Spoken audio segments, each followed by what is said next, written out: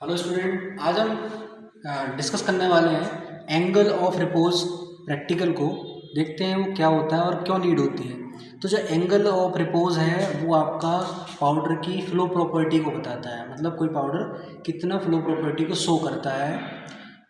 अब ये प्रॉपर्टी हम क्यों देखते हैं? प्रोसेसिंग के लिए, मटेरियल बनाने के लिए, आगे उस पाउडर को फर्दर क्लासीफाई करने के लिए, मतलब कैसे क्या उसका रोल है। तो उस चीज़ के लिए हम देखते हैं एंगल ऑफ रिपोज को, टैबलेट बनाने के लिए या फॉर्मुलेशन बनाने के लिए। तो एंगल ऑफ रिपोज क्या है हमारा? एक फ्लो प्रॉपर्टी है पाउडर के लिए, डिटरमाइन करते हैं इसको। अब इसका पता लगाने के लिए क्या करते हैं, जो एपरेटस है वो क्या क्या होना चाहिए हमारे पास? Weighing balance, spatula, funnel, burette stand, scale and एक सिंपल पेपर। दूसरा केमिकल क्या होना चाहिए?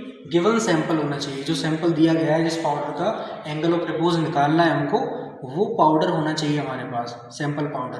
तो इसके लिए करते क्या है, सिंपल सा एक ब्यूरेट स्टैंड ले लेते हैं, उस पर फनल अटैच कर लेते हैं और नीचे एक पेपर लगा लेते हैं, ग्राफ पेपर। और लगाने का फिर क्या करते हैं, जो सैंपल होता है हमारा पाउडर, उसको हम स्पैचुला के थ्रू डालते हैं फनल के अंदर। फिर एक देखते हैं जो पाउडर की पील बनती है वो कितना हाइट ले रही है और कितना उसका रेडियस ऑक्यूपाई कर रही है। फिर एक फॉर्मूला होता है हमारा एंगल ऑफ रिपोज वाला, तो उसमें लगा के इसकी हम वैल्यू निकाल लेते हैं। फिर ये देखते हैं कि कितनी वैल्यू आई है एंगल ऑफ रिपोज की, गुड है या बेटर कंडीशन में। तो आगे देखते हैं बच्चों ने कैसे किया प्रैक्टिकल करो।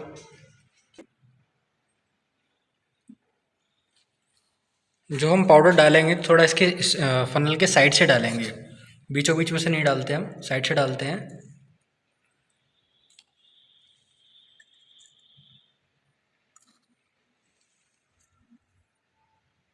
यही हमारा एंगल ऑफ रिपोज कहलाता है। करते क्यों है एंगल ऑफ रिपोज? करते इसीलिए हैं किसी पाउडर की फ्लो प्रॉपर्टी को जानने के लिए, जो आपको गिवन सैंपल दिया गया है उस फ्लो प्रॉपर्टी को जानने के लिए, पता लगाने के लिए। ये प्रैक्टिकल आपका फिजिकल फार्मास्यूटिक्स सेकंड में है, बी फार्म वालों बच्चों के लिए।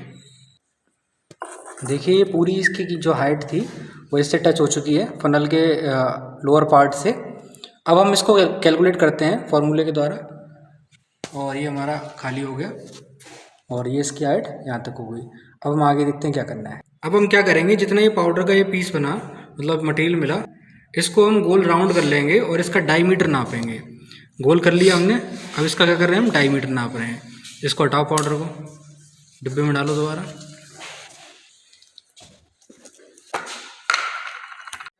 जो पाउडर निकला था आपका, तो उस पाउडर का हमने क्या किया था, रेडियस पता करने के लिए इसका जो रिपोज था उसको हमने क्या किया, सर्कल कर लिया। उसके बाद सर्कल को हमने क्या किया, उसका जो डायमीटर था उसको हमने 3 रीडिंग ली। जैसे यहाँ से इसकी 10 आई थी, दोबारा यहाँ से लिया तो क्या हुआ था, 9.5 आया था, और एक अगेन तरफ से लिया था तो कितना आया था, 9.7 आया था हमारा। मतलब डायमीटर 3 ली, फिर हमने तीनों यहाँ पे लिख दी, 10, 9.5, 9.7, इस तरफ से दिखाओ बेटा।